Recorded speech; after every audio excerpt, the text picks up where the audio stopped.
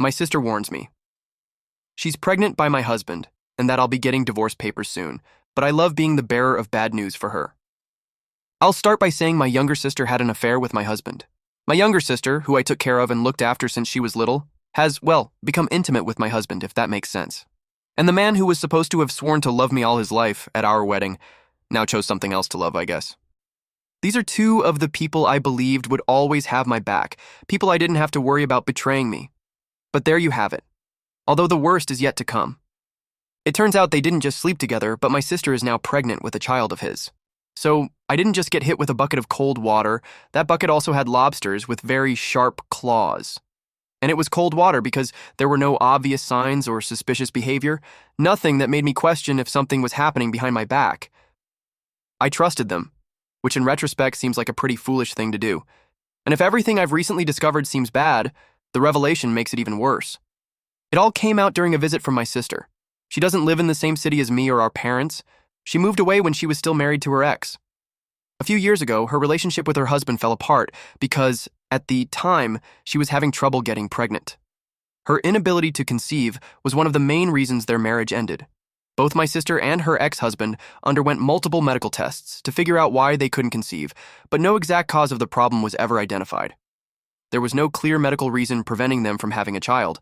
The doctors assured them that sometimes these things take time, and that they should try to be patient, that the stress of trying and failing could have that effect too. But patience has never been a virtue of my sister's. She constantly pressured her ex, insisting they do everything possible to have a baby. When they couldn't conceive naturally, she turned to in vitro fertilization, determined to make it happen no matter the cost. She went through 2 rounds of IVF, each more stressful and exhausting than the last, but both attempts ended in disappointment. This took a heavy emotional and financial toll on both her and her ex-husband. They spent a lot of money on the treatments, money they could barely afford, hoping this would finally be the solution. At that time, I felt nothing but sympathy for her. She wanted to be a mother with all her might, and it hurt me to see her struggle.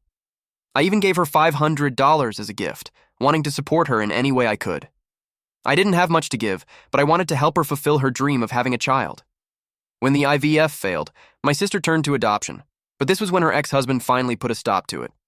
He had supported her through the fertility treatments, the doctor visits, and the pain of the IVF failures. But adoption was a step he simply wasn't comfortable with. He wasn't against children, but he didn't feel ready or willing to take on the responsibility of raising an adopted child. However, my sister isn't the type of person who takes no for an answer. She kept pushing him, telling him that even if he didn't agree, he should go ahead with the adoption for her sake. She made it clear that this was something she wanted more than anything. And in her mind, his feelings on the matter weren't as important as her dream of becoming a mother. My parents and I tried to reason with her too. We reminded her that adoption is a huge decision, one that both parents need to be completely committed to. We warned her that if he wasn't comfortable with it now, he probably never would be, and it would only bring more problems in the future. But she wouldn't listen. She finally went ahead and adopted a young child. She was thrilled, acting as if it had all been worth it, but true to his word, her ex-husband remained distant. He had already told her he didn't want this, and he stuck to it. He refused to take on the father role, and didn't want to have any kind of involvement in the child's life. As a result, their already fragile marriage began to completely unravel. The stress, disagreements, and resentment that had built up between them finally became unsustainable.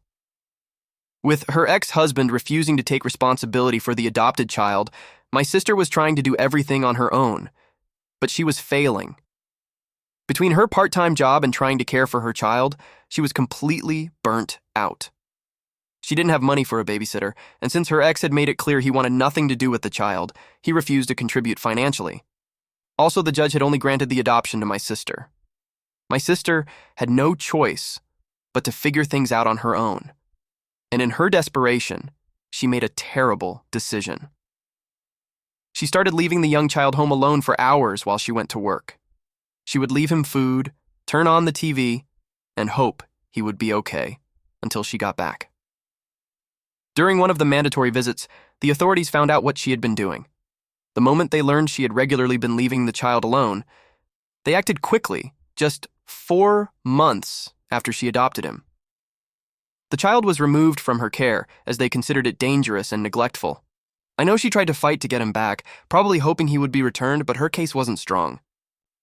Even the child himself didn't want to stay with her and her ex because of their constant fighting.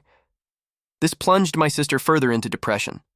Up to that point, she had been struggling to cope with the pressures of motherhood, but at least she had something to hold on to. Now, even that was gone. In the end, her ex left for good, as she couldn't stop blaming him for everything. Since the divorce, she has mostly remained single. She never seemed to have serious relationships, at least none that she talked about. Over the years, I did everything I could to be there for her. No matter what she had done or how many times she had messed up, I helped her in every way she needed, financially, emotionally, and in any other way I could. I would send her money when she was struggling. I made sure to have weekly video calls with her to check in and visited whenever I had the chance. That's why this betrayal hurt so much. I thought our relationship was solid and that she would never hurt me in such a horrible way. But all this time, while I was calling her, worrying about her, and offering my support, she was secretly sleeping with my husband. She lied to my face, pretending to be my loving sister while having an affair with the man I married. I never imagined she'd be sleeping with my husband behind my back, so brazenly and lying to me about it. When my sister told me she was coming to visit this week, I was excited because I wanted to see her. It was rare for her to come see me. She didn't like visiting our hometown because she preferred to avoid our parents. So most of the time, I was the one making the effort to go see her. I told my husband about her visit, hoping he would be excited too, as he hadn't seen her in a long time, but he looked worried. His attitude changed completely, and he asked me why she was coming. He even asked if I could, to ask her to postpone her visit. This should have been my first red flag. I thought he was just busy with work things and didn't want anyone visiting, but I told him I would take care of her and he wouldn't have to do anything, which is ironic because he was doing a lot with her. He didn't push it after that. Then, on the day of my sister's visit, my husband suddenly announced he would be out all day. He told me he had decided to go golfing with his friends and wouldn't be back until late that night. My husband did golf, but he always did it on weekends, never midweek. I asked him about it. "Since when do you golf on a Wednesday?" He said it was no big deal. "I just need a break. It's not a big deal." The moment I saw her standing there, I immediately hugged her warmly. I was genuinely excited to see her, so at first I didn't notice anything odd. It wasn't until I pulled back that I saw her expression. That's when my gaze went down, and for the first time, I saw it. Her hands rested on her stomach. My sister looked like she had a small bump on her belly. I was supposed to congratulate her or hug her again, but she just said, "I'm almost 3 months along." I was so happy for her. That's what sisters do when they care, not sleep with your husband. I said, "Oh my God, that's amazing. You're finally pregnant." I invited her in and helped her sit down. I remember thinking it was the best news in the world. Ha, if I had only known then. However, my sister didn't seem as excited as I was. She had a weird expression and avoided looking me in the eye as if she were looking for something or someone. She seemed nervous when she asked where my husband was. I was surprised. "Oh, he's out golfing with his friends. I don't know what's gotten into him, but he never goes out midweek to golf." She shook her head as if she didn't believe it and asked, "Really?" In my excitement, I didn't even process the tone or the strange way she said it. I just brushed it off and bombarded her with questions. "Oh my God, tell me everything. How did you get pregnant? Do you know who the father is? Do you have a boyfriend? Or did you secretly do IVF?" I looked at her expectantly, waiting for her to finally share the details, but now, in retrospect, I wouldn't have wanted to know the details. She was very nervous, as if thinking until the last moment whether she should tell me or not. So she said, "I need to tell you something, but please don't overreact." I told her okay, although something inside me told me I might not like what I was about to hear. And then, she dropped the bomb. "I've been having an affair with a married man for the past year." She admitted she had been involved with a married man all that time. What started as a casual romance, intended to be nothing more than a no-strings-attached relationship, had unexpectedly evolved into something deeper, as they both developed real feelings for each other. I couldn't believe my sister had been sleeping with a married man. Needless to say, I think that's horrible. And it felt horrible even before knowing who that man was married to. It just felt so wrong. My heart ached for his wife, who had no idea what was going on. Who was this guy? Did I know him? And why had she kept this from me for so long? We talked all the time. I thought we were close. Why had she kept this secret? I looked her straight in the eye and asked, "Who is he?" I was curious. "Is he a neighbor? A friend's husband?" She didn't answer, She just stood there in silence looking at me. I asked again because if she wasn't talking, then I must know him. It's surreal to think now about how I was thinking then and what I know now. Not in a million years would I have imagined that my sister, who lives in another city, was having an affair with my husband. Now it seems obvious, because you know from the title and because I already told you, but unless you have a severe case of paranoia, you aren't thinking about these things. But this is when she finally answered, "It's your husband. He's the father of my baby." I told her to stop joking and tell me what was going on. It couldn't make sense. My sister, my own idiot sister, had been sleeping with my husband. I kept looking at her, hoping and praying it was some kind of cruel joke, that she would laugh and tell me it was a lie, that she just wanted to mess with me. But every second that passed and her face didn't change, I started to realize it was no joke, that my sister really was sleeping with my idiot husband, and that they were both expecting a baby. I looked down at her belly and then at her face, as my sister finally broke the silence, saying she had never expected my husband would be the one to get her pregnant, especially after she had lost all hope when her ex left her. She admitted that yes, she knew she had done wrong, but if God had given her a baby with my husband, then this was one of those things meant to be. I asked her what she thought God's plan was for me. She told me to accept this miracle and step aside so she can stop suffering. I looked at her seriously and told her that wasn't what I was asking. I don't think God had that plan for me. God isn't stupid and didn't expect me to just sit here and accept this. I told her I was asking about God's plan for kicking her butt, if God had a blunt object ready to do it or expected me to do it with my own hands. I also told her that maybe the plan was not to physically harm her just because she's pregnant, but unless this was a joke she was taking too far and should stop right now, then she should leave before I apply my own plan. She just sighed and told me it would take time for me to process all this, but eventually I would accept how beautiful this situation was. She reminded me how desperate and depressed she had been for years about having a child, and said that of all the men she had found, it was my man who finally gave her what she wanted, that it was a special situation which could justify the infidelity. I think her plan today was to come to my house and get beaten up, because all her efforts were focused on that. I shot back. Did you take your folic acid today, or have your brain cells gone on vacation?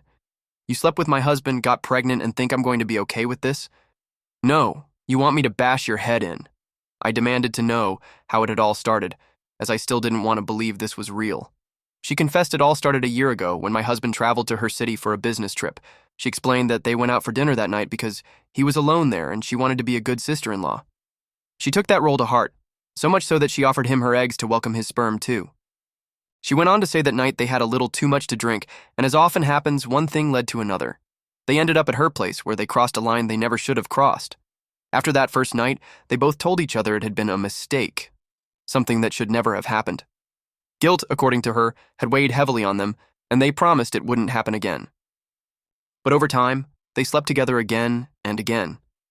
Over the months, they kept seeing each other and having encounters. They even started going on formal dates. My sister told me that she and my husband just connected on a deeper level, and that he felt like home to her. My sister then told me that although she felt a little guilty, she never imagined something as positive as her pregnancy would come from the affair. She admitted she knew how the family would react once the truth came out, but she remained confident that my husband would support and protect both her and the baby, and that was the only thing that mattered. Without hesitation, she informed me that he would be giving me divorce papers very soon so they could start a new life together with her and her baby. I couldn't stand looking at her anymore. I told her to leave because if she stayed one more minute, I was going to ruin my life over a pregnant woman.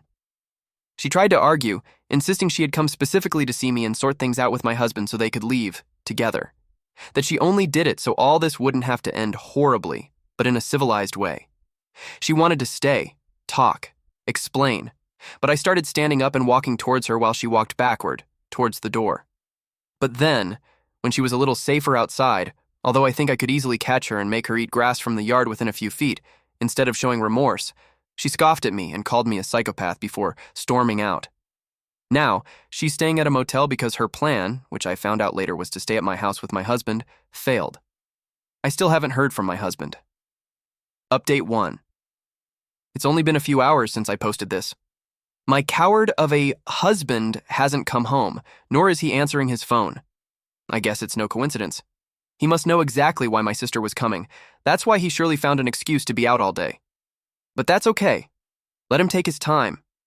I have all the patience in the world to wait for him to walk through that door, because when he does, he's going to face every ounce of rage I've been holding back.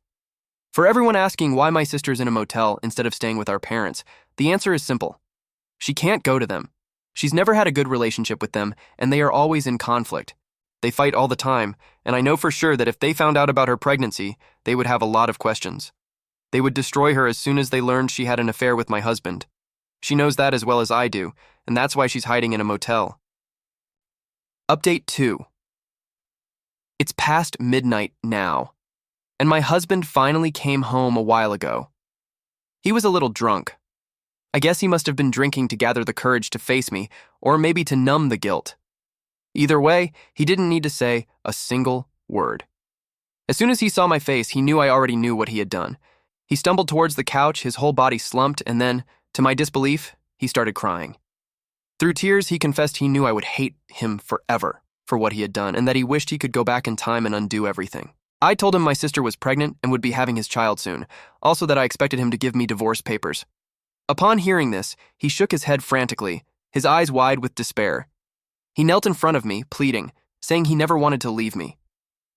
He swore my sister had been pressuring him to divorce me, pressuring him to be with her.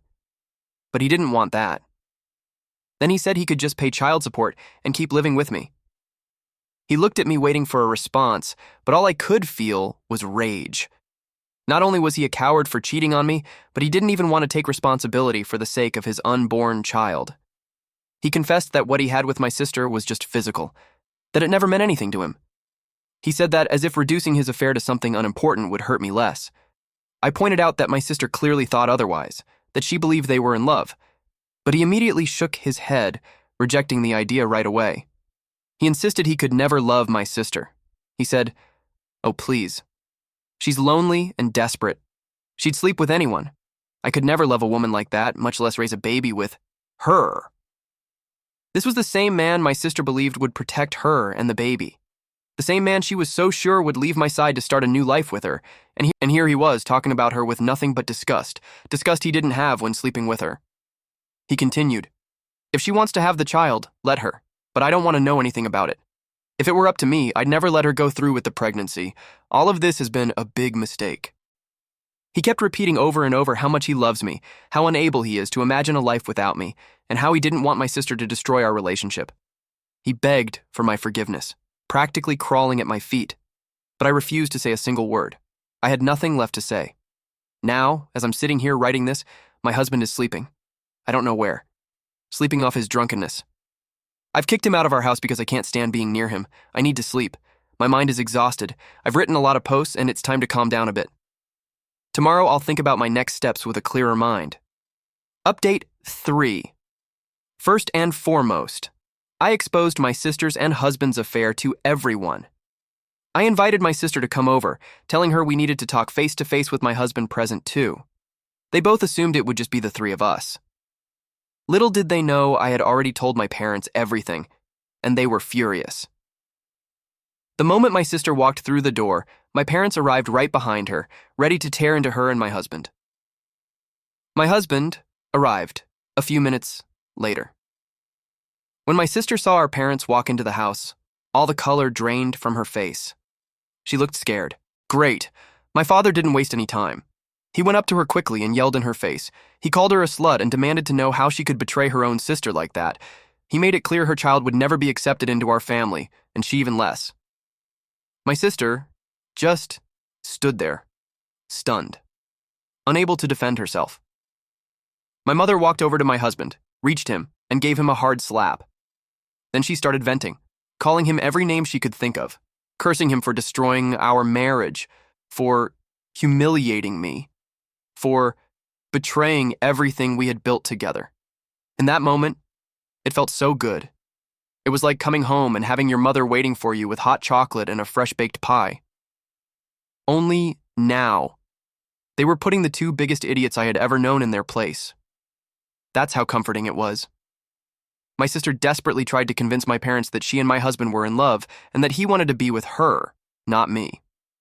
She painted a whole fantasy in which they were meant to be together and insisted that I was the one getting in the way of their supposed happiness.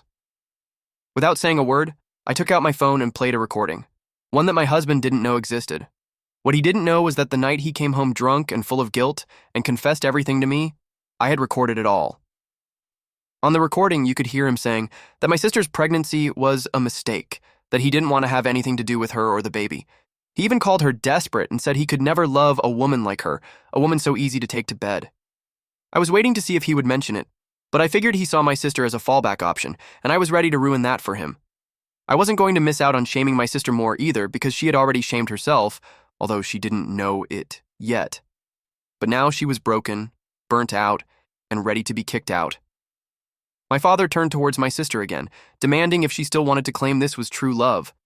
My mother looked disgusted, shaking her head at them. In that moment, it was all over for them. I looked my sister straight in the eye and told her the harsh truth. She was nothing more than a body my husband had used. That didn't mean he actually wanted her, and it certainly didn't mean he was going to take responsibility for her child. But I still congratulated her. Congratulations on ruining your life for a man who doesn't even want you or your child. Good luck when they take your child away again, because it's going to happen, since you won't have help from anyone. You won't have help from your lover. You won't have help from your parents. And you won't have help from the sister you betrayed. You don't even have the intelligence to help yourself. Sure, she and my husband could have their child, but knowing him and how cowardly he was, he would never really take care of either her or the baby publicly. Not only did he not love her, but his family is deeply religious. Infidelities are unforgivable, and children born from infidelities are considered even worse. His family takes pride in their values and principles, and I know for sure they would be disgusted when they found out what their perfect son had done. And to make sure they knew everything, I had already sent them an email with the recording attached. Now there was no way he could lie. In that moment, my sister completely broke down. She cried uncontrollably as if she had been kicked in the butt on the playground, and in a way, they had. I had assembled an expert team of butt kickers for her and my husband. My husband, for his part, stood there looking ashamed, and that's when I took out the divorce papers and handed them to him. I had waited for his, but he didn't even have the courage for that. I informed him we were done, that I never wanted to see his face again, and that all contact would be through lawyers. My husband immediately panicked and started apologizing over and over. He was on his knees in front of me, apologizing. But my father looked at him, and besides mocking his manhood, grabbed him firmly and escorted him to the door, much less gently than I'm describing it. My sister received quite similar treatment, but less violent. Although it was my mother who removed her from there. It's not like everything I planned was magically enough and now I feel much better, but at least I've ripped the Band-Aid off my wound, which, even though it hurts, it's better to do it quickly and not drag it out any longer. I have a lot to go through now, but it's a start, and it's not a bad start because seeing them cry, beg, and debase themselves like that helps. I don't know if I'll do another update. It will all depend on what you all want. For me, my story is finished because the people who wronged me are no longer in it. Edit. For those asking why my parents weren't in the best relationship with my sister, it has to do with them not approving of the idea that she adopted against her husband's wishes. Even so, they weren't the ones who cut off the relationship. My sister was the one who started a battle with them. In the end, they got tired and put her aside. Update 4. I'm only doing this update for you all because you've asked me to and as a thank you for supporting me through my posts, which were also intense. Yes, I am already divorced. That's big news for me because even though I had kicked him out of my house, or rather, my parents' house, because they bought it, I wanted the paper that made it official. That's a big win. No, my sister and my ex-husband haven't ended up together, not even because the judge obligated them. My ex doesn't have to pay child support because my sister lost it, and I think something within her doesn't want her to be a mother. There's really something wrong with the way she is. That's why the universe wants to prevent her from bringing a child into the world. I don't think the universe is wrong. My ex also got a piece of the universe showing him what he deserved when his family found out. Family who almost entirely called me to tell me how sorry they were. I know I said they are conservative and religious, but I have to mention that they have also been the most sensible people on my ex's side. Because my ex, well, you already know. I think it's fair that both families are cutting them both off. They deserve that and a little more too. But my job here is done, and I think the universe still has more in store for them. Given my sister's lack of intelligence and what my ex carries between his legs, I think something will happen sooner or later. I'd like to come back in 20 years and give you a summary of that. I hope I remember by then,